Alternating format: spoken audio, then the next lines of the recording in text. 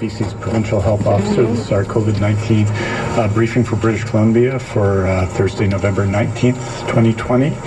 I want to say how we are honored to be on the territory of the Lekwungen-speaking people of the Songhees and the Esquimalt First Nations. Tomorrow, Friday, at around 3 o'clock, we'll be providing a written briefing with relevant information about COVID cases in British Columbia. On Monday, we'll be back here in Victoria in the Presque Gallery Theatre briefing. Dr. Henry and I will be at 3 o'clock. And with that, it is my honor to introduce Dr. Bonnie Henry.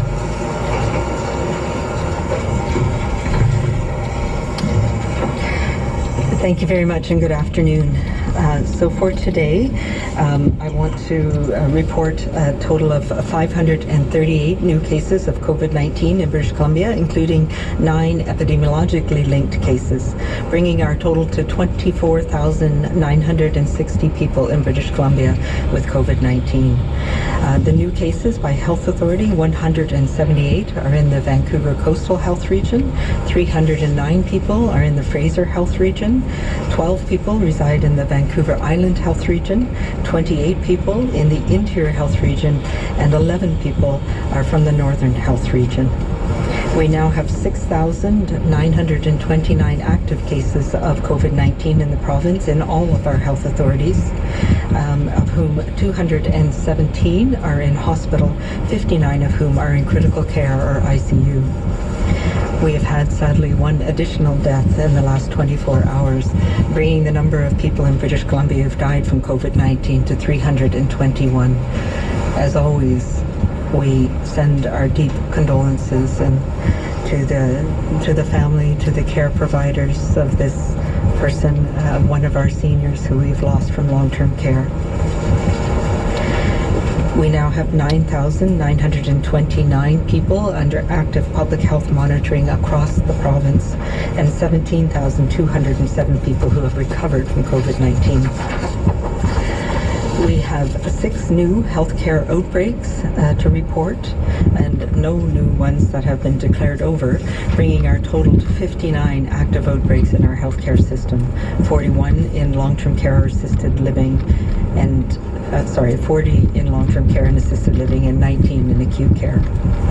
We also have an additional outbreak in a community to report, and this is at the Floor B BC LNG joint venture, a contracted site of the LNG Canada plant and project in Kitimat, where we have a number of workers at that site who have tested positive for COVID-19, and the investigation with Northern Health and the owners and contractor of that facility are ongoing. So today, as is no surprise to anybody, we are in our second surge, and it is proving to be a challenge.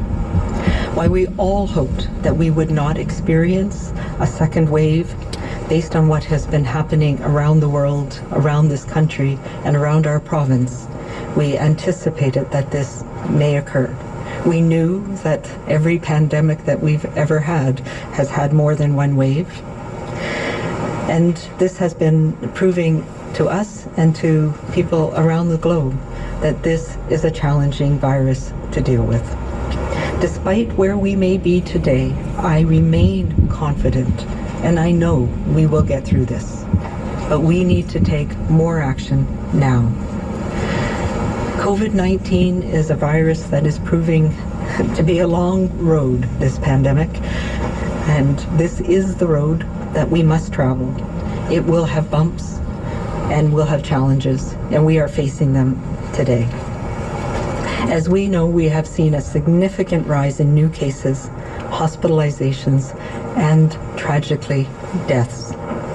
4 weeks ago, we had about 175 cases a day, and I was anxious then. Yesterday, we had over 700 people in our province affected, and we know that our hospitals are getting stretched. Our ICU capacity is getting stretched. Our communities are suffering. We also know that as more people are infected, the risk of somebody younger and others becoming having severe illness or dying are greater. And tragically, this past week we had a young person in his 30s who died from COVID-19. This is a reminder to all of us that this virus can have tragic effects on the people we are closest to and the people we love. We also have over 50 active outbreaks in our healthcare system. We have seen that transmission has happened sometimes in social events in our communities, and it's spilled over into our long-term care homes and our hospitals. This increase has been most acute, as we know, in the Vancouver, Coastal and Fraser health regions of the province, and that is why I put in regional orders about 10 days ago. However, as we've been watching so carefully over the last few weeks, it has become apparent that this surge in transmission is happening across the province. We are now seeing increased activity in terms of community transmission, outbreaks, and effects on our healthcare system in every health authority in the province. So now we need to do more. We need to keep our essential service, our essential activities open and operating safely. We need to keep our schools open and operating safely, and our workplaces that can be open safely, open. And we need to relieve the stress on our healthcare system right now. Right now, we are holding our own, but we know that if people cannot access healthcare, that it is not only people with COVID-19, but people with other urgent health issues that will suffer. And we need to do this across the province. As a result, I am extending the regional orders that currently apply to the Fraser and Vancouver health region across the entire province. And I'm putting new province-wide orders in place. These expanded orders will come into effect today and run until starting with a 2-week period. That's the period of the incubation period. And we will be extending the orders from November 23rd so that the orders across the province will be in place until December 7th at midnight. We want to ensure we get through 1 to 2 incubation periods, and we will be reviewing our progress regularly as we move through this next 2 weeks. We want to see a clear and notable difference and slowing of transmission in our province, across the province, so that we can get back into that balance, that control that we had with public health. So what does this mean? This means that the orders with regards to our social gatherings apply to the entire province. Right now, we at home need to only socialize with our immediate households. We need to delay inviting over friends and family for this period of time and reduce our social interactions as much as possible outside of our homes. As a result, I'm ordering that there'll be no social gatherings of any size with anyone other than your immediate household.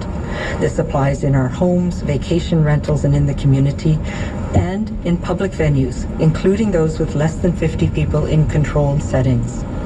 Your immediate household can, of course, include roommates, and if you live on your own, you can visit with up to 1 or 2 people if you regularly spend time with them.